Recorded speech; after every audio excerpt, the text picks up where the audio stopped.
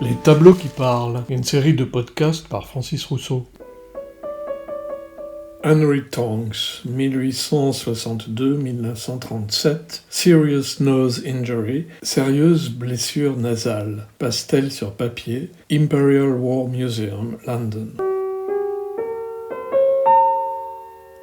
Henry Tonks était un chirurgien britannique, puis dessinateur et peintre impressionniste de délicats sujets figuratifs, principalement d'intérieur, et aussi caricaturiste, qui devient l'un des peintres de guerre sur le motif les plus impitoyables de réalisme qui soit.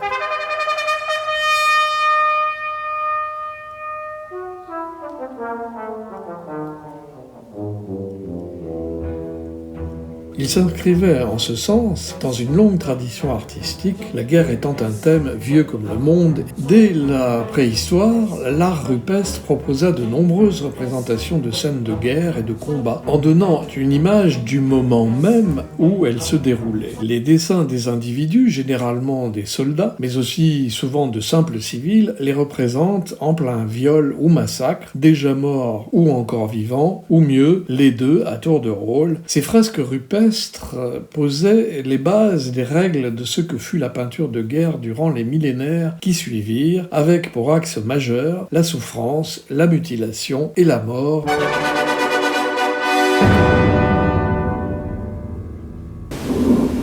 Dans les antiquités sumériennes, égyptiennes, grecques ou romaines, ces principes furent reconduits avec une permanence presque hypnotique, même si peu à peu ils sont utilisés à des fins de plus en plus propagandistes, destinées à démontrer par l'image la puissance des empires.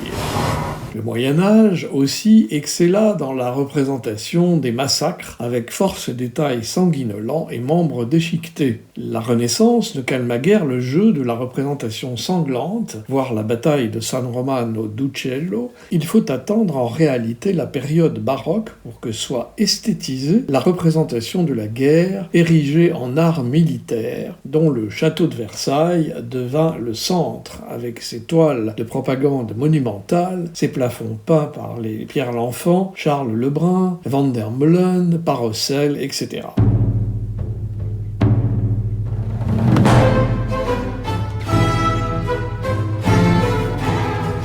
Donnez la plus belle musique du monde au dieu Jupiter, maître de l'univers!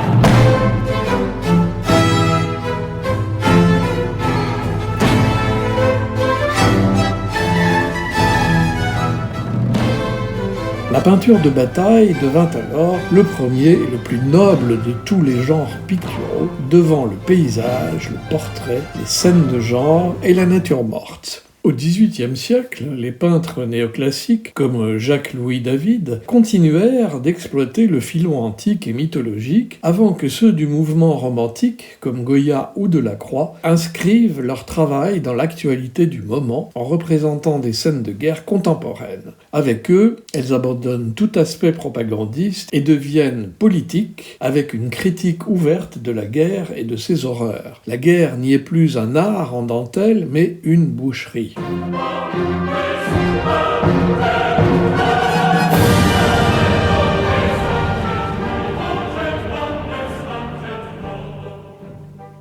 Parmi les plus célèbres peintures représentant des scènes de guerre, peu complaisantes avec sa réalité, on ne peut pas ne pas citer 13 de Mayo, peint par Goya en 1814, ou encore, bien plus forte et terrifiante, la gravure extraite des désastres de la guerre, au titre très parlant « Enterrar y callar », « enterrer et se taire », auquel feront écho un siècle plus tard les célèbres Guernica de Pablo Picasso,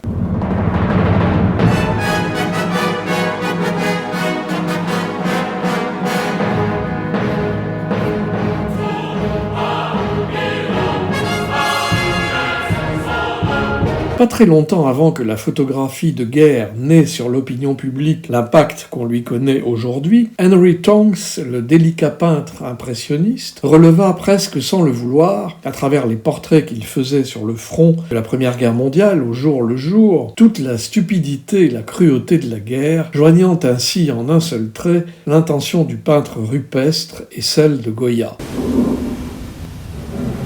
Henry Tonks ne devint un peintre officiel de guerre qu'en 1918, date à laquelle il accompagne un autre esthète raffiné, John Singer Sargent, lors des tournées qu'ils font sur le front occidental. C'est ainsi qu'en août 1918, par une chaude journée d'été, ils tombèrent tous deux sur un champ entier d'hommes gémissants et blessés près du bac sud, à Doullens, qui devint la base de la vaste et terrible toile de Singer Sargent, Gast, gazée.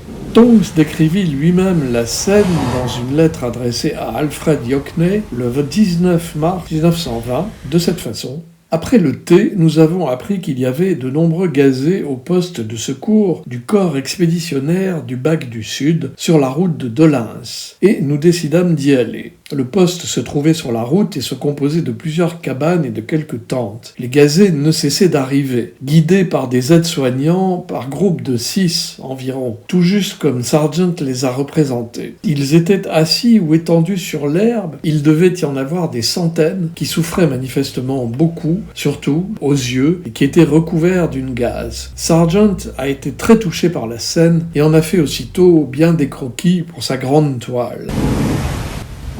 Après Doullens, Tonks se rendit sur le front russe à Arkhangelsk en tant qu'artiste de guerre au sein d'un corps expéditionnaire britannique. C'est entre Doullens et le front russe qu'il peignit la majeure partie de ces gueules cassées que nous connaissons aujourd'hui avec la précision chirurgicale du médecin qu'il était. Il donna à chacun de ses pastels des titres courts et explicites, comme pour celui-ci intitulé « Sérieuse blessure nasale ». Le gaz moutarde était un gaz vésicant dont les effets ne devenaient manifestes que plusieurs heures après l'exposition. Il s'attaquait à la peau, aux yeux et aux muqueuses en causant de grandes vésicules. La cécité, la suffocation et les vomissements venaient ensuite. La mort pouvait survenir en 2 jours ou après plusieurs semaines de souffrances atroces.